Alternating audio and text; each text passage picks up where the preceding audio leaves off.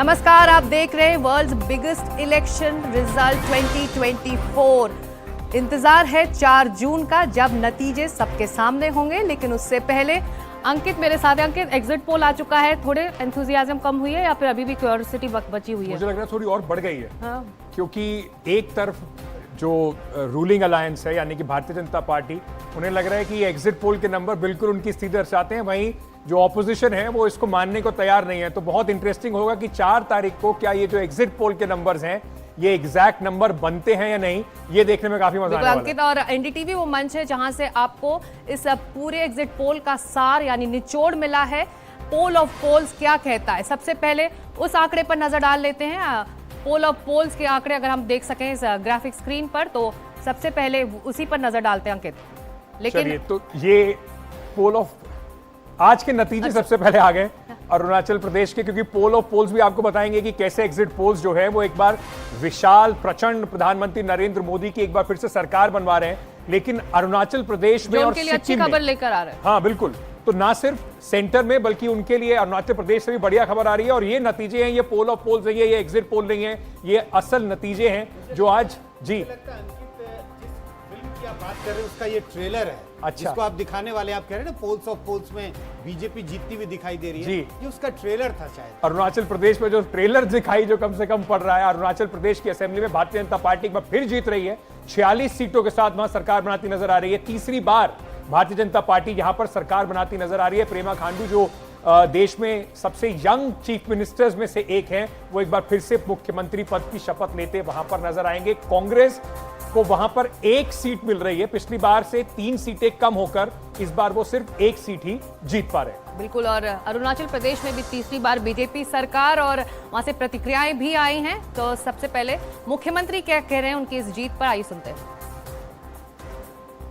इस बार का जो विक्ट्री हुआ है ये पब्लिक ने एक अच्छा मैंडेट के साथ में एक नया रिकॉर्ड दिया है भारतीय जनता पार्टी को। 2019 इलेक्शन में we won by 41 seats out of 60 and this time in 2024 we have been able to add 5 more seats. As of now we are 46 in BJP. तो ये एक अच्छा इंडिकेशन है। और जिस प्रकार से पीएम नरेंद्र मोदी जी के कार्यकाल में जो काम हुआ है लास्ट ऑलमोस्ट 10 years में, जो अरुणाचल प्रदेश में काम हुआ है, this is the reflection of the work done by the honourable prime minister Shri Narendra Modi जी।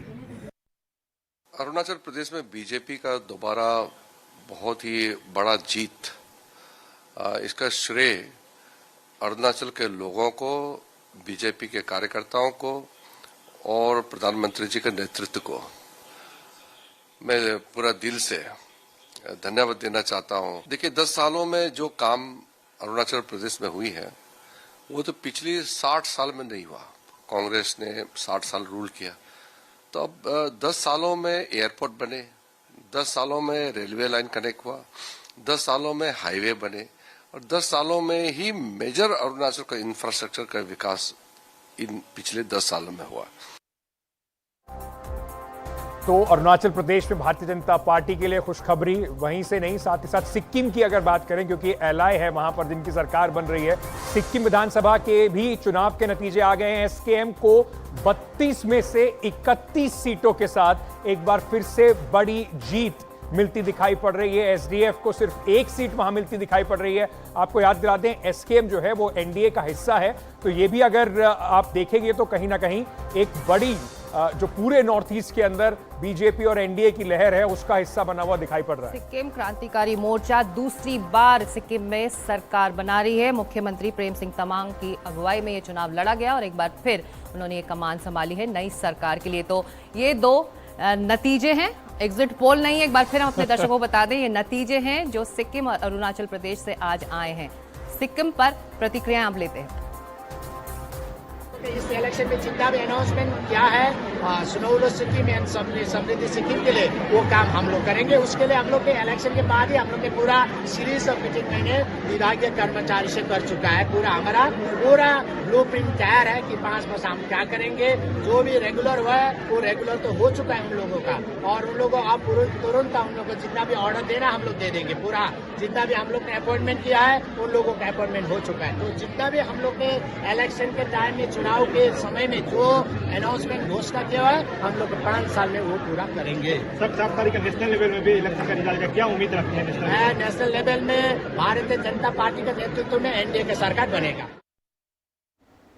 तो वर्ल्ड बिगेस्ट इलेक्शन का कवरेज जारी है और आगे बढ़ने से पहले जो पोल ऑफ पोल्स है उसके आंकड़ों पर नजर डाल लेते हैं, उसके बाद हम ये चर्चा को आगे बढ़ाएंगे। तो क्या कह रहे हैं एग्जिट पोल, उसका निचोड़ क्या कह रहा है? पोल ऑफ पोल्स कुल सीटें 543 और एनडीए को 365 सीटें एग्जिट पोल के जरिए मिलती दिख रही हैं, इंडिकेशंस हैं, और इंडिया ब्लॉक को 146।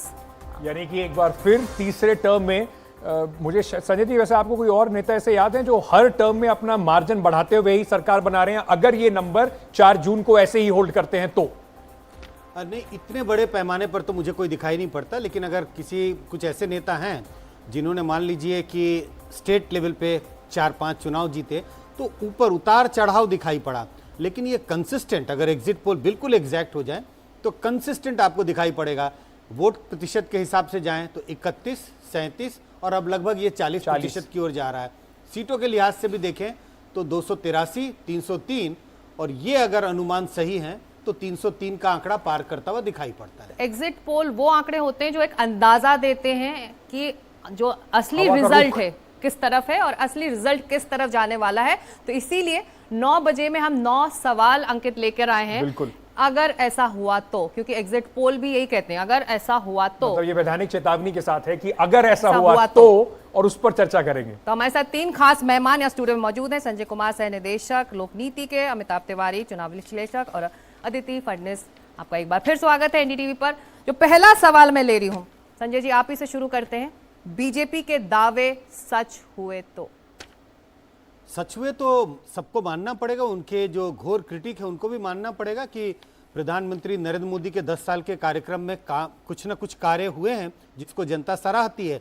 सिर्फ प्रधानमंत्री नरेंद्र मोदी के चेहरे पर इतना बड़ा मैंडेट नहीं मिला, मिक्स ऑफ सेवरल थिंग्स, जिसमें प्रधानमंत्री मोदी का चेहरा, वेलफेयर स्कीम्स का योगदान और जो विकास के कार्य हुए हैं, चाहे वो रेलवे लाइन के क्षेत्र में हो, पुल बनाने के क्षेत्र में, और तमाम जो चीज़ों की बातचीत होती है, तो सब पर एक मुहर लगती हुई तो दिखाई पड़ेगी। अदिति जी, अगर इस पर ही मैं छोटा सा सवाल आपसे और ले लूं कि अगर बीजेपी के जो दावे हैं वो सच होते हैं तो आने वाले 5 साल की जो सरकार है वो पिछले 10 साल की सरकार से आप उसमें अलग क्या देख रही हैं? किस तरीके से इस मैंडेट को आप सरकार में बदलते हुए देख रही हैं? देखिए, एक सवाल तो ये है कि बीजेपी को कितनी सीटें और कितना वोट शेयर मिल रहा है। दूसरा जिसको नज़रअंदाज नहीं करना चाहिए वो सवाल हैं जो लोग हमसे पूछ रहे हैं जब हम लोगों से बात करते हैं, और जो हम उनसे पूछते हैं जब हम उनसे बात करते हैं। इन मुद्दों पर का सबसे बड़ा मुद्दा है नौकरी, लाइवलीहुड, अनएम्प्लॉयमेंट, हाई प्राइसेस। ये हर आदमी इस चीज़ को फ्लैग कर रहा है। अगर बीजेपी इसको ध्यान नहीं देती है तो फिर आने वाले समय में बीजेपी के लिए खतरा हो सकता है। तो इस पे ध्यान देना बहुत ज़रूरी है। ये मेरा लिमिटेड पॉइंट है। चाहे नंबर घटे या बढ़े, चाहे सीट वोट शेयर घटे या बढ़े, मूल सवाल लोगों के मन में ये है और मुखर होकर लोग हम लोगों से कह रहे हैं कि ये एक समस्या है। अमिताभ जी, जब ये एग्जिट पोल सामने आए तो इंडिया ब्लॉक के जो नेता हैं, इंडिया अलायंस के, उन्होंने सिरे से इसे नकार दिया और इस पर सवाल भी उठाए हैं। ऐसे में हमारे पास इससे जुड़े भी सवाल हैं, इंडिया अलायंस से जुड़े सवाल हैं। तो दूसरा सवाल, जो बड़ा सवाल इस वक्त बन रहा है, बीजेपी के दावे सच हुए, उसके बाद राहुल गांधी दोनों सीट जीत गए तो? दोनों सीट जीत गए तो एक सीट से उन्हें रिजाइन करना पड़ेगा सबसे पहले, और बाईपोल होगा। अब किस सीट से वो रिजाइन करेंगे, ये एक बहुत बड़ी दुविधा हो जाएगी पार्टी के लिए।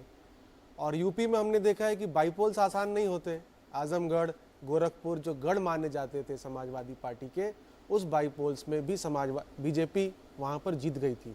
तो इतना आसान निर्णय राहुल गांधी के लिए नहीं होने वाला है कि कौन सी सीट वो बचा के रखते हैं और किस सीट पे वो बाईपोल होगा, और उस सीट से लड़ेगा कौन, प्रियंका लड़ेंगी या कोई और व्यक्ति लड़ेगा, ये एक बहुत बड़ा सवाल जो है हो जाएगा। और आपने कहा है कि उन्होंने नकार दिया है इस पोल को, और ये तो मुझे लगता है कि डेमोक्रेसी में ऐसी बातें नहीं करनी चाहिए। फर्जी है, मोदी मीडिया का है, आप सीधा सीधा बोल दीजिए कि 4 तारीख को दूध का दूध और पानी का पानी हो जाएगा। गलत हो सकते हैं, फर्जी हैं, ऐसी बातें शायद नहीं करनी चाहिए। और दूसरी सबसे बड़ी समस्या उनके लिए ये भी होने वाली है कि अगर केरला छोड़ते हैं, केरला में विधानसभा चुनाव है, तो दोनों जगह से कुछ आसान डिसीजन नहीं होने वाला है। अगर वो दोनों सीटें जीत जाते हैं तो इस पूरे मामले में तीसरा सवाल ले लेते हैं। तीसरा ले लेते हैं, तीसरा लेकिन सवाल- उससे पहले एक सप्लीमेंट्री यही है, जी। रायबरेली अगर हाथ से निकल गई तो निकल गई तो कुछ नहीं होगा, पिछली बार भी हारे थे, तो कोई अद्भुत ऐसी चीज नहीं हो जाएगी। 2019 के चुनाव में भी कांग्रेस रायबरेली का चुनाव हार गई थी जब राहुल गांधी वहां से चुनाव लड़ रहे थे। अमेठी का जी। अच्छा सॉरी, आप अगर रायबरेली हाथ से निकल अगर गई रायबरेली हाथ से निकल गए तो मुझे लगता है कि ये जो कांग्रेस की जो जमीन खिसक रही है यूपी से, उस पर एक और मुहर लग जाएगी कि जो उनके एक गढ़ है, एक अमेठी, वो 2019 में हार चुके हैं। और अगर रायबरेली भी हार जाए तो जिस नैरेटिव को बनाया जा रहा है कि कांग्रेस का यूपी से सफाया, शायद उसका कहीं ना कहीं एक सबूत दिखाई पड़ेगा। और दिनेश प्रताप सिंह तो निश्चित रूप से मंत्री बन जाएंगे। मतलब राहुल गांधी को हराइए और मंत्री बनिए स्कीम में उनका भी नाम आ जाएगा कि सीधे सीधे उनके ब्रांड को भी धक्का लगेगा। देखिए, भारत जोड़ो यात्रा के बाद कांग्रेस ने ये जरूर पेश करने की कोशिश की है कि राहुल 3.0, 4.0, 5.0 जो भी आप कह लीजिए, कि ब्रांड के रूप में वो उभरे हैं, पहले के मुकाबले काफ़ी मजबूत हुए हैं, ग्राउंड कनेक्ट उनका बढ़ा है, उसको बहुत बड़ा झटका लग जाएगा। तो अदिति जी ने जिस बात का जिक्र किया, मार्केटिंग की भाषा में कहूं तो by one get one free. आप अगर रायबरेली में राहुल गांधी को हराते हैं तो मंत्री पद मिलता है, तो by one get one free वाला मामला होगा। पर संजय जी ये बताइए कि जो बार बार ये बात होती है, 2014 के चुनाव की हार के बाद यही बात हुई, राहुल गांधी और गांधी परिवार की लीडरशिप पर सवाल उठाए गए। 19 के बाद हुआ कि इंट्रोस्पेक्शन हो रहा है, नहीं हो रहा है, क्या कांग्रेस कुछ बदलाव करेगी। 24 तक अभी तक कम से कम इस चुनाव से पहले लीडरशिप में कोई बदलाव होता दिखाई नहीं पड़ रहा। अगर जैसे हम कह रहे हैं कि अगर ऐसा हुआ तो और रायबरेली उनके हाथ से खिसकती है, तो क्या इस बार सच में एक बहुत सीरियस क्वेश्चन मार्क लगने वाला है गांधी परिवार और राहुल गांधी की लीडरशिप के ऊपर? नहीं, मुझे नहीं लगता कि लीडरशिप में बदलाव नहीं हुआ। कांग्रेस के प्रेसिडेंट अभी हैं कौन? मल्लिकार्जुन खड़गे। लीडरशिप में तो बदलाव हुआ, बिल्कुल बदलाव हुआ। अब सवाल है कि अगर बीजेपी कांग्रेस की बड़ी हार होती है, और बड़ी हार का मतलब, बड़ी हार मैं ये कहूँगा कि अगर 60 सीट से नीचे हैं तो बड़ी हार है, कि अगर आपने 2019 के मुकाबले अपने आंकड़े नहीं बढ़ा पाए तो बड़ी हार के रूप में देखा जाएगा। मुझे नहीं लगता कि लीडरशिप पर कोई तुरंत प्रश्न चिन्ह उठेगा। और शायद क्योंकि कांग्रेस के पास अभी 3-4 ऐसे चुनाव हैं जी, जो बिल्कुल दस्तक दे रहे हैं। इसके बाद हरियाणा का चुनाव है, महाराष्ट्र का चुनाव है, दिल्ली का चुनाव आने वाला है, झारखंड का चुनाव है, और अगले साल बिहार का भी चुनाव है। क्योंकि यूपी की बात करें, एक छोटा सा सवाल, समाजवादी पार्टी अखिलेश यादव ने भी कोशिश की है कि जमीन पर कुछ फेरबदल करने की, जिस तरह के उम्मीदवार उन्होंने उतारे, नॉन यादव उम्मीदवार अगर वो उन्होंने उतारे हैं, तो क्या उसका कुछ नतीजा मिलेगा 4 तारीख को उनको? एग्जिट पोल्स तो दिखा रहे हैं कि फायदा तो हो रहा है। अगर आप पोल ऑफ पोल्स में भी भाजपा लेड अलायंस को 68 सीट्स मिल रही है, यानी 12 सीटें समाजवादी पार्टी कांग्रेस को मिल रही है, पिछली बार 6 सीटें थी। और अगर कास्ट वाइज ब्रेकअप देखेंगे कुछ सर्वेस का, तो उसमें क्लियर दिख रहा है कि जो बीएसपी का जाटा वोट है वो कहीं ना कहीं तीनों पार्टियों में स्प्लिट हुआ है, और नॉन जाटा वोट भी बढ़ रहा है समाजवादी हाँ, पार्टी और वोट परसेंट भी बढ़ रहा है। महागठबंधन का 39% वोट था पिछली बार, और इस बार बसपा के बिना 39% वोट की उम्मीद की जा रही है। कहीं ना कहीं जरूर उन्होंने अपने उसका असर दिखेगा, वोट बेस को बढ़ाया है। चौथा सवाल ले लेते हैं अपना, क्योंकि हम लोग बात कर रहे थे कांग्रेस की और आप प्रदर्शन के बारे में कर रहे थे। देखिए, रिलेटिव यही होता है, बीजेपी का प्रदर्शन अच्छा होगा नहीं होगा, वो लोग 370 से आंक रहे थे, कांग्रेस का 52 से 60 पहुंचेगा, तो उसी से आंक रहे हैं कि अच्छा प्रदर्शन होगा नहीं होगा। अगर कांग्रेस का प्रदर्शन नहीं सुधरा अदिति जी, तो सबसे पहला इंपैक्ट आप उस पर क्या देखती है? कांग्रेस पार्टी के अंदर क्या मल्लिकार्जुन खड़गे के ऊपर तलवार चला के उन्हें बलि का बकरा बनाया जाएगा, या कांग्रेस में सच में इस रीथिंक का कोई अपॉर्चुनिटी है, कोई आपको दिखती है कोई जगह वहां पर? पिछली बार चुनाव के बाद का जो सिनारियो था उसमें कोई लीडरशिप चेंज नहीं हुआ था, वो बहुत महीने बाद जाके लीडरशिप चेंज हुआ था। तो मुझे लगता है कि कोई जल्दबाजी में, मतलब कितने लीडर रह गए हैं वहाँ पर, तो कोई जल्दबाजी में अगर लीडरशिप का टर्नओवर बहुत जल्दी होगा तो फिर मुश्किल होगी कांग्रेस को। तो हमको नहीं लगता कि, मतलब वो वर्किंग कमेटी की मीटिंग होगी जैसे नॉर्मली होती है, और फिर उसके बाद आकलन होगा कि कहाँ गलती हो गई हमसे वगैरह वगैरह। पर आपको लगता है जिम्मेदारी मल्लिकार्जुन खड़गे लेंगे, या जैसे पिछली बार राहुल गांधी ने कम से कम 2019 में आके जिम्मेदारी जरूर ली थी कि मैं कांग्रेस प्रेसिडेंट हूं तो मेरी वजह चुनाव हारे हैं तो मेरी गलती है? वो भी लेंगे और राहुल को भी लेना पड़ेगा। और फेस तो उसके अलावा अगर 54 से 60 या 54 से 55 होती है तो फिर तो सवाल ही नहीं उठता है फिर। तो आगे के सवाल इस छोटे से ब्रेक के बाद हम चर्चा करें वर्ल्ड्स बिगेस्ट इलेक्शन के एग्जिट पोल के पोल ऑफ पोल्स पर हम लौट रहे हैं और बाकी सवालों पर भी चर्चा होगी, कहीं मत जाइए।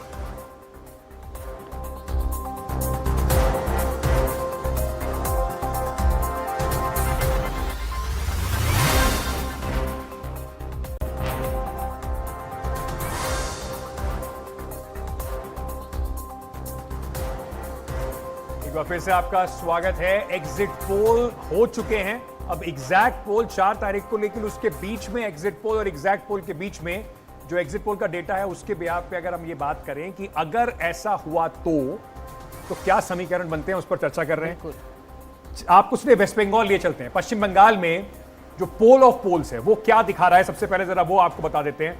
पोल ऑफ पोल्स एग्जिट पोल का दिखाता है कि एनडीए को 22 सीटें मिल रही हैं और इंडिया यानी कि टीएमसी को वहां पर 19 सीटें और 1 सीट अदर्स को जाती हुई दिखाई पड़ रही है। ये कुल मिला के सिनेरियो है। अगर 2019 के चुनाव से देखें तो बिल्कुल पलटा हुआ दिखाई पड़ रहा है और कुछ एग्जिट पोल 31 सीट तक बीजेपी को देते वहां नजर आ रहे हैं। तो इसी के ऊपर मद्देनजर रखते हुए अगर हम अपना अगला सवाल की तरफ पहुंचे और बात करें कि अगर टीएमसी की सीटें घटती हैं, ये अगर 4 तारीख को भी ऐसा ही रहता है एग्जिट पोल का नंबर, तो क्या होगा संजय जी?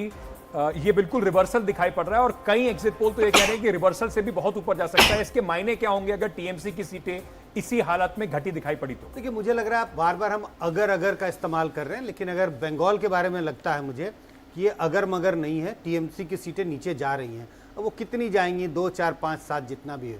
सबसे पहला तो होगा कि ईवीएम पर ठीकरा फूटेगा। ईवीएम में गड़बड़ी हुई, चुनाव में गड़बड़ी हुई और काउंटिंग में गड़बड़ी हुई, ये तो निश्चित है। इसके अलावा और क्या क्या बम फूटेंगे, मुझे लगता है 4 तारीख की शाम का इंतजार कर लें। और जिस दिन पोलिंग हो रही थी उस दिन तो ईवीएम मशीन पानी के अंदर तालाब में फेंके जा रहे थे, तो ऑलरेडी वहां पर कशमकश हो चुकी है ईवीएम मशीन को लेकर। अब अगला सवाल बिहार से जुड़ा हुआ। बिहार में आरजेडी मजबूत हुई, लेकिन उससे पहले बिहार का पोल ऑफ पोल्स ले लेते हैं। अगर ऐसा हुआ सवाल से पहले बिहार में आरजेडी मजबूत हुई तो ये सवाल, लेकिन बिहार की तस्वीर एग्जिट पोल में क्या दिख रही है, क्या निचोड़ निकल रहा है? एनडीए को 33 सीटें, इंडिया ब्लॉक को 6 और अदर्स के खाते में 1 सीट। तो ये तस्वीर है पोल ऑफ पोल्स की, एग्जिट पोल की, लेकिन देखना होगा कि 4 तारीख को क्या ये करीब होता है नतीजों के। प्रधानमंत्री एनडीटीवी से बातचीत में कह चुके हैं कि उनको फुल ऑन फुल चाहिए और उनको ये अंदाज़ा है, तो ऐसे में ये आंकड़े तो वाकई उस दिशा में इशारा नहीं कर रहे हैं। देखिए, 39 आउट ऑफ 40 था तो रिपीट करना तो उतना इजी नहीं है, क्योंकि इस बार नीतीश कुमार की वैसी पॉपुलैरिटी नहीं है महिलाओं और महादलितों में, तो इस बार सीटें कम होनी है। अब कितनी कम होती हैं वो वाली बात है। आरजेडी ने 2020 विधानसभा चुनाव में भी अगर कांग्रेस ने थोड़ा अच्छा परफॉर्म किया होता तो आरजेडी चुनाव जीत गई होती। तो काफ़ी टक्कर आरजेडी वहाँ पर दे रही है इंडिया ब्लॉक को। युवाओं में काफ़ी पॉपुलर हैं तेजस्वी यादव, क्योंकि उन्होंने जॉब्स क्रिएट करी हैं, तो इसका असर देखना पड़ेगा। हाँ, एक नेशनल चुनाव है, तो अगर उनका मुकाबला नीतीश कुमार से हो रहा होता तो शायद उनको एज है, लेकिन उनका मुकाबला कहीं ना कहीं Tejashwi plus Rahul Gandhi is versus Narendra Modi, तो कहीं इस फाइट में हो सकता है थोड़ा नीचे पड़ जाए और उतनी सीटें ना जीत पाए जितना उनको विधानसभा में उपेक्षा है। आरजेडी का जो असली ताकत है वो विधानसभा चुनाव में हमें ज्यादा देखने को मिलेगी। जो जिस तरीके की पॉपुलैरिटी तेजस्वी एंजॉय कर रहे हैं विधानसभा चुनाव में, वो क्या ट्रांसलेट करती है, वो एक बड़ा सवाल होगा। चलिए अगला सवाल ले लेते हैं, आगे बढ़ते हैं और बात करते हैं महिला वोटर्स की। महिला वोटर को लेकर प्रधानमंत्री नरेंद्र मोदी कई बार कह चुके हैं और लगातार पिछले कुछ पोल्स में हमने सारे एक्सपर्ट से बात करते हुए यही सुना है कि महिला वोटर अब एक बड़ा इंपॉर्टेंट वोटिंग ब्लॉक के तौर पर देखा जाता है। तो महिला मतदाताओं पर क्या चला है मोदी मंत्र? अदिति जी, ये कुछ नया तो नहीं होगा, क्योंकि 2019 में भी हमने देखा था कि महिला वोटर्स जो थे उन्होंने बीजेपी को ओवरवेलमिंग वोट करा, और इस बार भी ये देखने को, अगर ऐसा होता है, ये नंबर होल्ड करते हैं, इस तरह का बड़ा उन्हें बहुमत मिलता है, तो महिला वोटर पूरी तरीके से प्रधानमंत्री नरेंद्र मोदी के पीछे खड़े दिखाई पड़ती हैं। लाभार्थी वर्ग का सबसे बड़ा वर्ग। ज़्यादातर महिलाएं शायद मोदी उन्मुख ही हैं, लेकिन बहुत सारी महिलाएं ऐसी भी हैं जो कि सरकार को मोदी नहीं मानती हैं, सरकार को सरकार मानती हैं, और ये अधिकतर कामकाजी महिलाएं हैं। उदाहरण के तौर पर हम जब विदर्भ में गए तो वहाँ पर बैंक एम्प्लॉयज़ से बात हुई बहुत सारे, और उन्होंने कहा कि हम इस सरकार को वोट नहीं देंगे क्योंकि हमारे बैंक में इतनी कमी है एम्प्लॉयज़ की कि सारा काम हम लोगों को करना पड़ता है। और आप तो जानते हैं कि महिला मतलब दो तरह के काम करती है, घर पे भी काम करती है, ऑफिस में भी काम करती है, तो ये चीज़ें कहीं ना कहीं खटकती हैं और इसका इमीडिएटली प्रभाव वोटिंग पर पड़ता है। और तो जहाँ पर अदिति, जहाँ क्षेत्रीय पार्टियां ज़्यादा स्ट्रांग है, चाहे वो टीएमसी बंगाल में ले लें या बीजेडी उड़ीसा में ले लें, वहाँ पर भी उनकी लॉयल वोटर्स महिला भी हैं क्योंकि ज़्यादातर लाभार्थी वही रही हैं, तो वो स्ट्रगल भी इन राज्यों में रहेगी बीजेपी के साथ निश्चित तौर पर। और ये भी देखना ज़रूरी है कि कितने घरों में महिलाएं पुरुषों से अलग हट के वोट देती हैं, क्योंकि ऐसा भी ट्रेंड काफ़ी दिख रहा है अब। लखनऊ में उदाहरण के तौर पर जो जिन इलाकों में शिया मुसलमान रहते हैं वो लोग बहुत ज़ोर से हम लोगों से शिकायत कर रहे थे कि हमारी तो घर पे कोई मानता ही नहीं है बात, कि हमारे घर में ही फूट डाली हुई है इन्होंने। हम ले रहे हैं अब छोटा सा ब्रेक का। ज़्यादा सवाल नहीं बचे अंकित? दो बचे हैं, तो वो 2 सवाल इस छोटे से ब्रेक के बाद।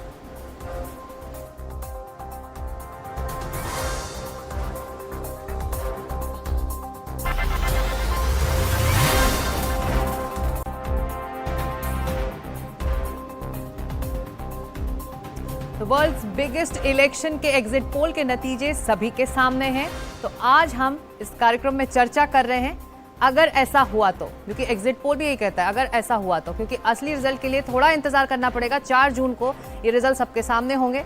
चर्चा को आगे बढ़ाते हैं, बिना वक्त गवाए लेते हैं हमारा 8वां सवाल।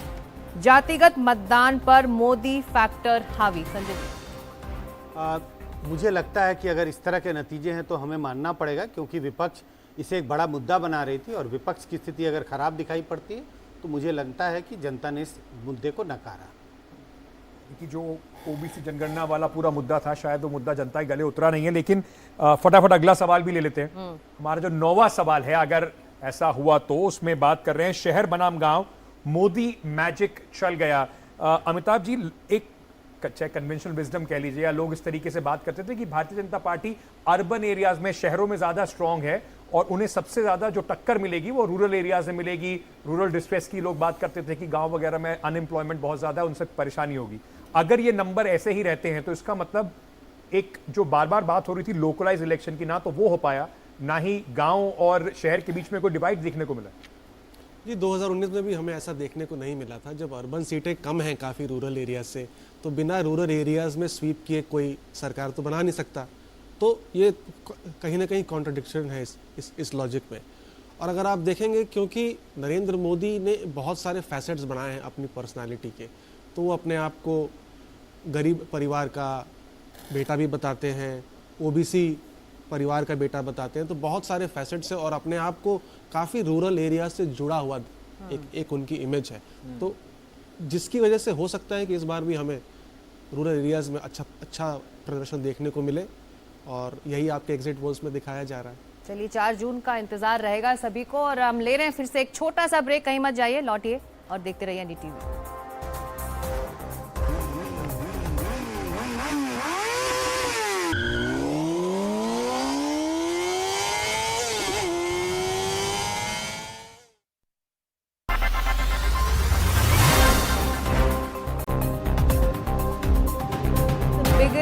इलेक्शन पर हमारा खास कवरेज। अंकित, एक दिन बाकी है 4 जून को, जब धड़कने तब तक तेज रहेंगी। कम से कम इस रिंग में आके थोड़ा सा एक्साइटमेंट ज्यादा बढ़ जाता है। आपको लग रहा है कि आप भी उस बॉक्सिंग मैच में उतने इन्वॉल्व हैं जितने राजनेता इन्वॉल्व हैं। लेकिन ये जो तस्वीरें आप इस वक्त हमारे चैनल पे देख रहे हैं, प्रधानमंत्री नरेंद्र मोदी मतलब लगातार काम में एग्जैक्टली कंटिन्यूटी बनी हुई है। 3rd टर्म के लिए अभी से तैयारियां चल रही हैं, उनकी मीटिंग्स अभी भी जारी हैं। इन तस्वीरों के साथ 4 जून को आप लोगों को भी इंतजार रहेगा। क्या सुनना चाहेंगे सबसे पहले 4 जून को आप? एक फैक्टर जो आप लोगों को लग रहा है कि बड़ा डिफाइनिंग फैक्टर होगा, फटाफट आप तीनों एक फैक्टर नतीजों में से। महिला मतदाताओं और लाभार्थी वोटरों का रुझान। मेरी नजर तो इस बात पर टिकी रहेगी कि ये नतीजे एग्जिट पोल के कितने करीब आते हैं। अदिति जी, विक्ट्री और डिफीट का डिफरेंस ये मेरे ख्याल से बहुत ही इंटरेस्टिंग आंकड़ा होगा, क्योंकि ये बताएगा कि जो हम लोगों ने ज़मीन पे देखा है वो किस तरफ जा रहा है। बिल्कुल, तो तस्दीक जो हमने भी देखा है, जिन्होंने इलेक्शन कवर करा है, उनकी इसी तरह की सुनामी में कन्वर्ट होते नतीजे नजर आएंगे, या एग्जिट पोल जो कम से कम विपक्ष की उम्मीद है आज वो सोएंगे इसी बात को सोचकर कि ऐसे ना निकले, ऐसे ना जैसा निकले और ये फर्जी exit निकले poll जैसा दिखा कि वो रहे कह रहे हैं। और ये सब एक फर्जी आंकड़े हैं, लेकिन हम देख सकते हैं तस्वीर में प्रधानमंत्री अपने काम पर लग चुके हैं और 4 जून का सभी को इंतजार रहेगा। तो world's biggest election coverage NDTV पर भी जारी रहेगा और लगातार जारी रहेगा। आप कहीं मत जाइएगा, क्योंकि सबसे सटीक और सबसे तेज रिजल्ट्स आपको यहीं मिलेंगे।